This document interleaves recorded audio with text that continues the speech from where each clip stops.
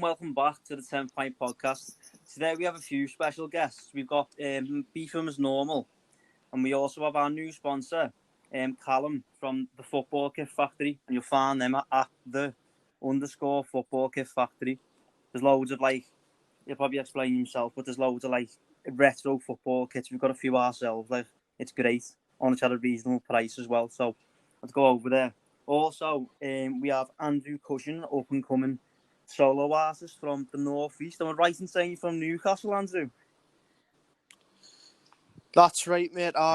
Born and bred.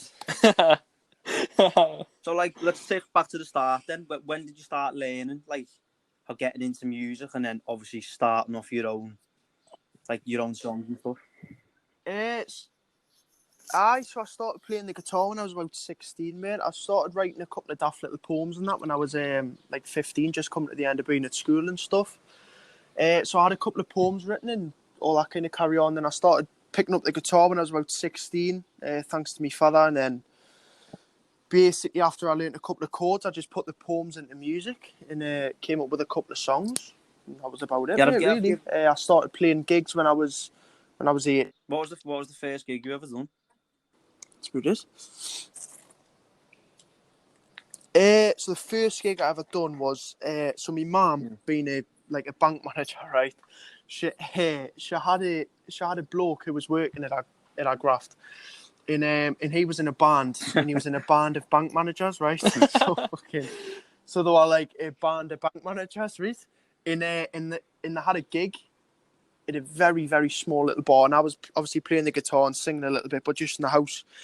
And my mum got us this support gig with this band of bank managers and I was dead nervous and that, but I accepted. So I went and played this gig, and I think there was about 14 people there, and I think my family and friends were about 11 of them. And it just sort of took off from there. Do you know what I mean? I just thoroughly enjoyed being the sort of centre of attention. And it was it was after that gig that I thought, obviously, the response I was getting off my family was good, but the response I was getting off the 3 random people that were just stood in the corner of the bar, I just thought if other people can sort of enjoy my music, then why not just try and push it a little bit further? Do you know what I mean? I was only playing covers and stuff at that point, so it was just about trying to get a couple more gigs, and I was just enjoying making that little bit extra money and playing a couple of my favourite tunes to people. That's about how I got into it. Can you remember what songs you covers in your first gig? So I played 2 of my own songs. I think I only played 6 songs. I remember playing "Live Forever," which how's this? Say what you want, mate. Yeah, as much as you want. I was just making sure there, mate. But you've got to play "Live Forever" at any kind of gig. Do you know what I mean? I played "Dead in the Water" by Noel Gallagher. I played "Hey Hey My My" by Neil Young, and I think I played "Wild Wood" by Weller. And then I played 2 of my own songs, so it was only a short little set list. Did you feel? But it was class. Did you feel at home? Just thoroughly enjoyed it. Stage, or did it take a while to warm to it?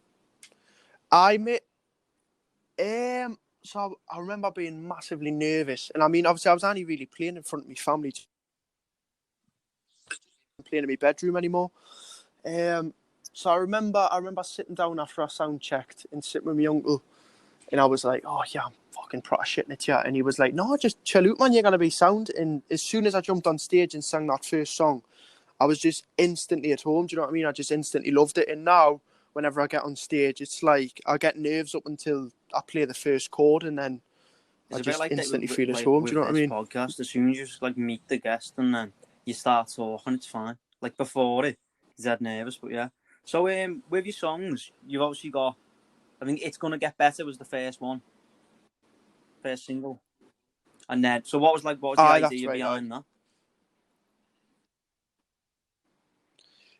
So it's gonna get.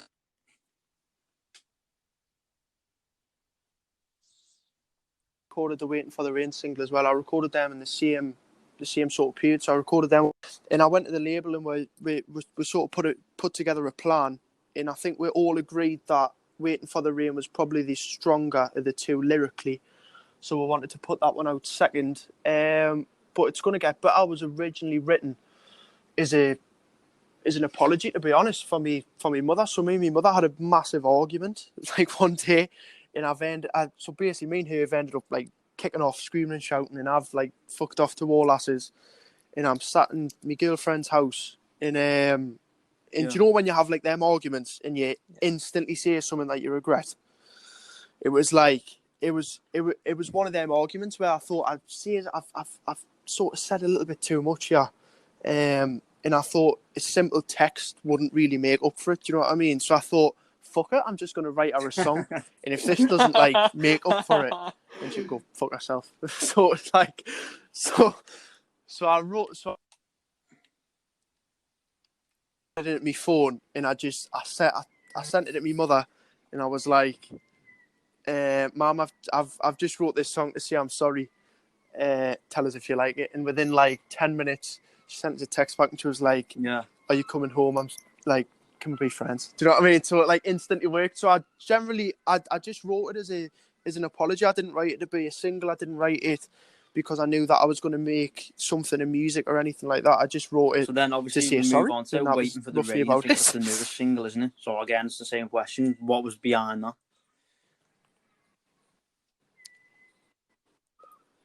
Aye, that's right, mate. So that was that was the first song I'd ever written. So that was when I started playing the guitar when I was 16, like I said before, and I had a couple of poems when I was like 15, and that was one of the poems. So that was the original poem that I written. That I think was one of the first poems I got finished. And basically, it was my mother and father were having a bit of an argument in the house, and I went and left, and I went and met up with one of my pals, and as a lot of 15-year-olds do, we went and had a little bit of a smoke and all the rest of it. And on the way back, I think I was seeing things a lot differently than obviously how I was when I left the house. And I just wrote that poem in the notes in my phone. So I mean the lines. So the first verse is it true that they came walked in as strangers again? That's about the police turning up. So obviously they've walked in as strangers, and then they broke up the argument or the fight that was occurring between my mother and father. So the second verse is they walked out as heroes again. Do you know what I mean? So that's where that came from. In the chorus, hanging by the fire, was virtually just me hanging by what was a lit joint at the time. So it's so that's basically where that song came from, and I think I wrote the poetry for it or the lyrics on the way back. So I think that song took about 10 minutes to write, if that. Words, do you know what I mean? It was just words for about 2-3 years. And then I finally got the chord structure and stuff ready for it and found out a way to sing it when I was about 17. And I think I played it for the first time around about that age as well. I'm 20 now, mate. So I'm starting to get on a bit. Obviously, you just said about them two like singles being released. Have you got any like coming up? Yes, mate. So my third single, we've just recorded in London. So anybody that follows me socials and stuff will see who I've just been in London with, which was just mental. But so I managed to get my third single recorded in that week, and hopefully we can get it out before September or maybe September time.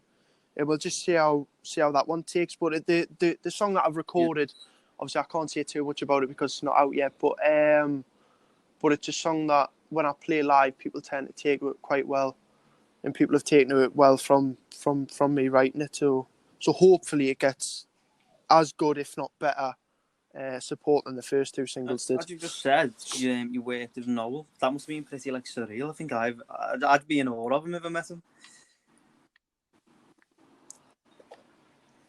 I mean, do you know what, mate? Like, just what a bloke. Obviously, he's helped me massively in the past year and a half with obviously the record label, and he's helped us with just everything really. He's helped us with just building confidence in myself and all that kind of stuff. But obviously, going to meet him in a studio is a totally different thing to speaking to him on the phone or emailing him. Do you know what I mean? It was such a surreal experience. But I think he was that type of bloke that instantly put you at ease. Do you know what I mean? For the first 20 minutes of being in the studio with him, I was just so calm and comfortable, and I mean, I just felt as though he was one of my mates. Do you know what I mean? Just what a bloke, and obviously the the advice and stuff that he gave us was just absolutely priceless as well. So I definitely haven't got a bad word to say about him. But I was certainly in awe. But it's funny because it's one of them. Do you know when you meet someone and it's like you're trying to play it cool because you don't want to come across as a bit of a fanboy. So it's like I'm sort of interested but not interested. Do you know what I mean? But he was just class, man. He really was. Just what a bloke. In British history, so you know what I mean. It's the best teacher to have, isn't it? Really. That's it, mate. Yeah, so to move on, what's your favourite gig you've ever played, and what's the biggest gig you've ever played?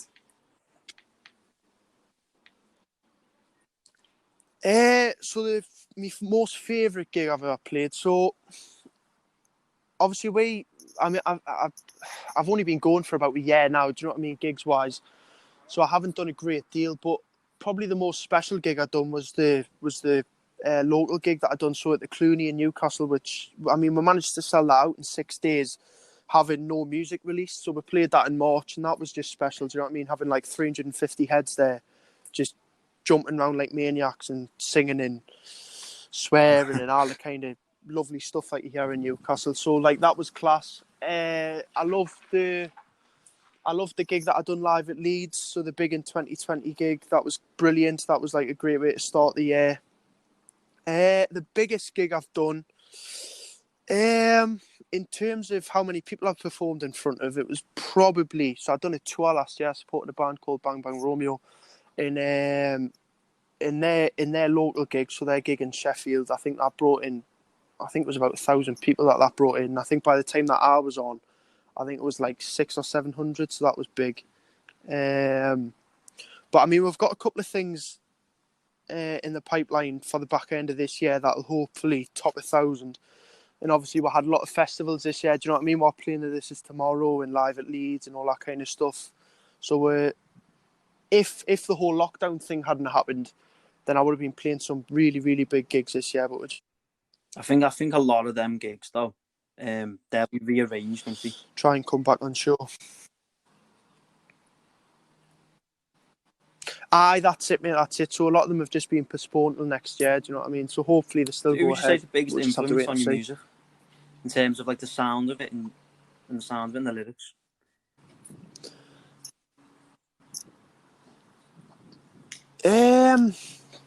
I mean, obviously, I'm a massive Bob Dylan fan and Neil Young, and obviously love the Beatles, and I've met him now and all that kind of stuff. But I've always looked up to sort of Noel's lyrics and, you know, his chord structures and sort of melodies and all that kind of stuff. Do you know what I mean? Like, I've always, so I mean, I was brought up on Oasis and the Stone Roses and that, but I'd always preferred, so as much as I love like the big Oasis songs, I'd always preferred just the stripped back Noel and his sort of acoustic guitar. Do you know what I mean? But I'm a massive Weller fan as well. Do you know what I mean? I think anybody that can sort of make a crowd move with just an acoustic guitar, I think I sort of look up to. So I'm a big Jake Bugg fan. I thought that one. I've obviously like listened to your songs, and I thought you reminded me of him a bit. Aye, well, it's like, so obviously I haven't got a band or nothing at the minute. You know what I mean? So it's not like I don't get on stage and turn the amps up and get everybody jumping around. If anything, people just stand and fucking cry at my gigs. Do you know what I mean? It's like it's a total different aura than to go and watch things or like Kasabian or something like that. Do you know what I mean? Like everyone jumps around at them gigs, whereas I'm more got an acoustic guitar and I'm more lyrically. So I'm a massive Weller fan, massive Gallagher fan. I obviously love Jake Bugg and sort of Bob Dylan and all that. Where would you say you want to be in like 3 years' time? So like, what would be success for you? 3 years, fucking hell, that's a long time. I'll be 23 then. I mean, if I'm not married with kids, then fucking hopefully I'd like to think that I'd have like an album out. Whether it be successful or not, who knows? But I'd like to think that I've got an album out. I've done a couple of tours. I've got a bit of a bigger following, and just still enjoying it. Do you know what I mean? I think that's the best thing to do. I think when you're at school and your mums or dads or grandparents or whatever, and they turn around to you and they always say, "Listen, it's not what you do. It's sort of how you enjoy it." Do you know what I mean? You can do a job that pays virtually nothing, but if you enjoy it, you're winning. Do you know what I mean? Well, I'd do what I'm doing now for free because I just absolutely love it. So as long as I'm enjoying what I'm doing in 3 years, then I'm just not asked. If I'm still in the same place and I'm still playing gigs to 300, 350 people, then that crowds, and that's great as well. If I'm married with kids and I've had to fucking give it all up, then I suppose that's fucking half great as well. How did your record deal with Virgin come about? So basically that came from Noel. So Noel pushed it all, and he's a mate of my manager's. And my manager got in touch with him about a couple of demos that I'd done and sent him. And then once Noel had heard them, he pushed me forward to the record label, and thankfully the record label liked what they heard, and everything's sort of starting to piece together now. So it was like, I think that was about a year ago now. But it was just, I mean, like, that was a mental time as well. Do you know what I mean? Like, if I think back to the person that I was, like, sort of last year, like, when I signed that deal, I think I'd done about 20 gigs. And I think even then, about 5 of them were, like, just me playing to me friends and family. Do you know what I mean? None of them were actually sort of big gigs. Whereas now, obviously I've played a lot more gigs to people from all over the country, and I'm playing my own songs and stuff now. So I think it was a mental time, that sort of a demo, and that's literally all it was. It was a demo that I recorded in one of my good of fucking garages or whatever you call it. I recorded it in his sort of garage, and it was like 5 tracks, and they weren't brilliantly mixed, but they were mixed to a decent standard for a demo, and that's generally what got us a deal. And I think that was really special. Do you know what I mean? Yeah. Well, I'll just say your best place you've played outside of Newcastle is? God, that's a good question. So I love, and I'm not just saying this because you're a Scouser, for fuck's sake, but I do love playing Liverpool. So I played EBGB's last year. That was great. That was like, I mean, it's a funny old venue, that, because I felt like it's weird, isn't it? was going to collapse on us. Was it down? Do you know what I mean? Downstairs? It's like and underneath. Then, That's it, mate. It was downstairs, but it was like fucking mental, mate. I thought someone was going to just tie us up. But so we're playing that, and I was like, fucking hell, this place is going to collapse. And then as soon as I finished my set and the headline act finished their set, within like 10 minutes, it just turned into a fucking nightclub. I was like, what the fuck? So like everyone's like jumping around listening to fucking mental kind of music. But I loved it there, and I loved it at the Arts Club as well. So I supported the K's at the Arts Club in March, I think it was, and that was great as well. So I do love Liverpool. I think he's very lucky in Liverpool because he's got that strip beside EBGB's, where he's got like 3 or 4 music venues. You know what I mean? Just along that, like, and it's just on one road, and I think that's brilliant. You know what I mean? Whereas in Newcastle, they're all sort of dotted about. But I think he's fortunate in Liverpool that he's got them all sort of near enough each other. So if you go to watch someone and you think they're shite, you can just leave and go and watch someone else.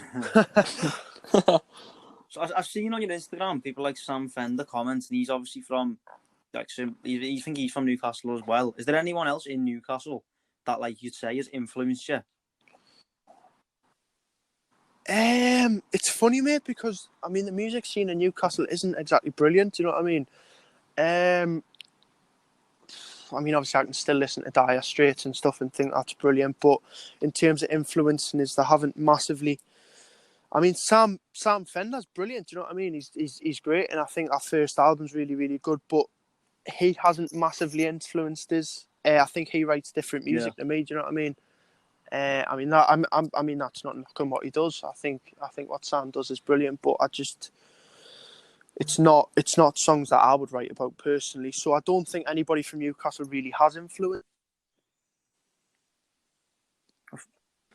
other than, I mean, friends and family and experiences. I don't think there's any artists that I've listened to and particularly thought, like, I mean, I listened to Weller, for example. Do you know what I mean? And I think, fucking hell, like that's changed me. Do you know, that's moved me, what he's singing about there. It's quite surprising. I don't listen to anybody from Newcastle and think the same thing. I think we have a similar, like, Liverpool and Newcastle are quite similar cities, I think. And, like, we've had the Beatles, obviously, everyone knows the Beatles. But then, if you look further, you've got the Large, you've got Cast, and you've got bands like that, but you were huge. Like, I feel like... Aye, that's it, aye. But I mean, like, the Lars and stuff, like, that album will stand the test of time, do you know what I mean? Like, the Lars are brilliant, and I think you've got bands from Newcastle that are like that as well, do you know what I mean? But I think the troubling thing is I think everybody's massive. I think you've got to be a little bit, not different, but I think you've got to be... It's a tough one because you look at artists that have made it like globally huge, and you think like, if I put you next to a band that I listen to on Spotify, you're fucking shite. You know what I mean? So I think it's a bit of a miss that like the Lars didn't get like ridiculously big, or Cast didn't get massive. Do you know what I mean? I think it's a bit of a shame. It's really, more than when you think Manchester of it like scene, that. I think, that in the 90s, and that's like in the late 80s and 90s sort of blew up more than... But it didn't really take anywhere else with it. I agree. So like like the Stone Roses and stuff went huge. Obviously Oasis and that went huge. But it's like, I'm a massive fan of the band from Liverpool. Oh, what the fucking called? See what the Real People. Do you know what I mean? Like, I'm a massive fan of them, and it's like, and they never went massive, but I think like the 3 or 4 albums that they done were great. Do you know what I mean? Look and stuff, isn't it? So to move on, like, what would you say your favourite part of being an artist is? Like, do you prefer performing, or do you prefer being in the studio? I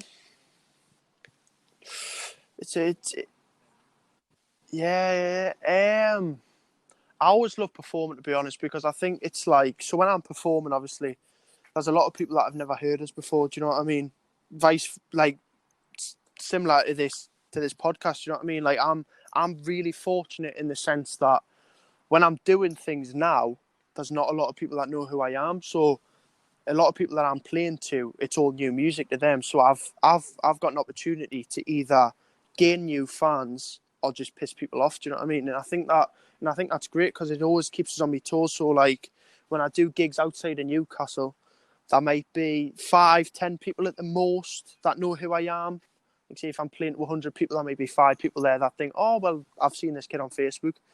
The other 95 are like, all right, well, who's he? And I've always got an opportunity to make new fans. Do you know what I mean? So I definitely love playing live. The thing we're doing it in the studio is, if you fuck up the line or the chords or whatever, you can sort of go back in and do it again. Do you know what I mean? You can just speak to the engineer and just say, right, scrap that, can we do it again? Like on my 3rd single, I persistently played the song until I felt that I got it perfect. Do you know what I mean? So like, whereas if I was doing that live, I'd only have one opportunity to make it as best as I could. So that I think I definitely prefer playing live. So before we've got any more questions for Andrew then, Michael or Callum? What would be your dream gig? I mean, obviously, I'm a massive Tune fan. By the way, I've never even asked this. And I mean, obviously, I know we're doing a podcast, so it's got to be open. I use red or blue. These are both blues, that's everything. I'm not a massive fan of the reds, to be honest. You know what? I made so I got an email the other day, and it was like, you've made the Liverpool playlist, and I was like, bloody hell, that's class, that's mint. But that was a little part of me that was like, kind of wish it was everything. It's right. Do you know what I mean? It was like, kind of wish that was Everton. But anyway, what was the question? The dream gig. Now, this is what happens when you've been in the bar since 10:30. So I mean, obviously, I'm a massive Tune fan. Do you know what I mean? I'm a massive Newcastle fan. So I think one day I'd love to play St James's Park. That is a million miles off at the minute, an absolute million miles off. But you know, the next 5-10 years, who knows? Like from but I'd like definitely the love to play obviously, St James's probably Park. other bands up, but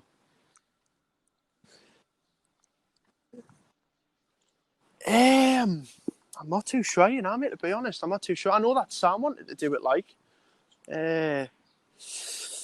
Don't know. I mean, I know the likes of Cheryl Cole and that hasn't. Couldn't really tell you anyone else. Yeah, so Callum, have you got any more questions then? Yeah, I was just going to say, like, just listening to Andrew speak, it's such a strange time, I think, for British music at the minute because there's been like no major band, I'd say, really, since like Libertines, Arctic Monkeys, and all that happened. Like that sort of took the indie scene anywhere. You've had the odd one or two bands that have got up to a really good level, but there hasn't. I feel like there hasn't been a scene like that. And I think recently you've got bands like Lathams, you've got Andrew, the Mysterines from Liverpool. Like, there's a lot going on that's so like I don't know, identical almost to what happened with like the Arctic Monkeys, but it's even better now because you've got social media as a platform to like reach more people. So whereas then the internet was a new thing and it had just come about, you know, like with sharing music and stuff. Now you're able to directly just, you know, Andrew can just record a song and just put it on Instagram if he wants to, and straight away his music's out there. Like, and to hear the fact that he's influenced by all the people that I love and have loved throughout my life, like it's just great that that generation is sort of happening again, and I'm getting to live through another cycle of great music. It's brilliant.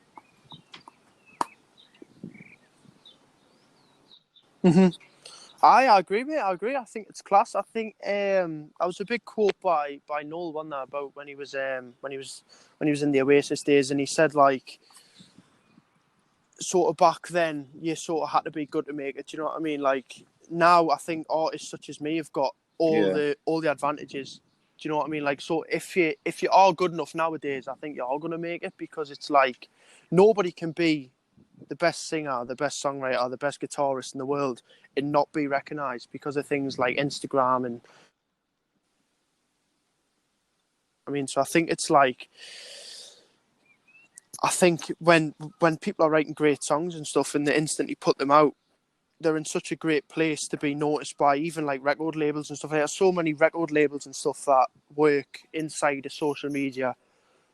Like, it's not just even about demos and stuff anymore. Do you know what I mean? Like, I know, like I've been contacted by little record labels and stuff that have just texted me out the blue after seeing like a cover on Instagram or a video of me singing one of my songs on Facebook, and they're like, "Oh, are you signed? Can we get in touch with you?" And it's like, it's mental, because I remember Noel saying, like, back then it was all about sort of demos and stuff like that and getting music out on discs and tapes and cassettes and all that kind of stuff. Whereas now it's like, I mean, I'm standing outside a bar now and I could literally sing into my phone and post it. Do you know what I mean? It's just so easy, so easy. It's great. I think like one thing I wanted to ask you as well, Andrew. You said that at your first gig you did a cover of "Live Forever." Is that right? No What's that? worries. Sorry, mate. Say that again. I went I knock think my you said at headphones your out. first gig, did you do a cover of "Live Forever"? Yeah, that's right, mate. I mean, it was funny because it was like, so once I heard, I mean, obviously "Live Forever" is a great tune, but I've always preferred the demo. Do you know what I mean? Where it's just normal acoustic guitar. I've always preferred that. So whenever I'd done my early gigs and I played "Live Forever," I'd always try and replicate that. Do you know what I mean? Okay, cool. Like Which is Live Forever, I impossible think because is it's amazing, just, isn't it? Like, yeah, like you said, it's genius. Yeah, agreed. yeah, that's it. It's just the perfect song, I think. But I think there's so many songs like that. Do you know what I mean? That just really will stand the test of time. Like, I think something like what you've I just mean, said you as look well through bands and there's with just, the you know, with you saying about "Live Forever." Like for me, when I was your age, when I was 16, like well, obviously that's younger than you are now, but when I was 16, and that's when I learned how to play guitar, and "Live Forever" was like the first. It's always been my favorite Oasis song, so I learned that, and it's just great that sort of like all this time on, you're now doing that as well, and you know, doing something with it, and it's going somewhere. Like it just shows how good sort of music and how diverse it can be, really, doesn't it? It's crazy, mate, because like I'm playing the songs and I'm learning the songs and all that kind of stuff. If the tunes from like my dad's day, do you know what I mean? So like my dad would have lived through that whole Oasis period and the Stone Roses and all that kind of stuff, and I'm listening to them songs now, and people that are younger than me are listening to them songs now and still thinking they're great. Do you know what I mean? If I can write or release a song that can stand as much of time as an Oasis track or a Roses track or a Weller track or anything like that, if I can write and release a song like that, I think it'll be more a I'll case be in of a when you release a song like that, place, to be do you know honest. what I mean? Fingers crossed, So mate. before we Fingers wrap it up, crossed. we normally ask the question. It's quite on topic today, actually, considering you're at the pub. What's your favourite pint? Ooh. Oh, mate, I'm a massive snakebite fan. Proper snakebite fan, so like, fucking, I can quite easily drink 9, 10 of them. I mean, I'll be ill, like proper fan off my chair, but I can drink them like as So, like yeah, as thanks a tomorrow. lot for that, Andrew. We really appreciate it. If you want to go and follow Andrew's Instagram, he's No at worries, mate. No Andrew worries. I Cushion. enjoyed it. And also, once again, thanks to our sponsor, Callum, who's at the _football kit factory.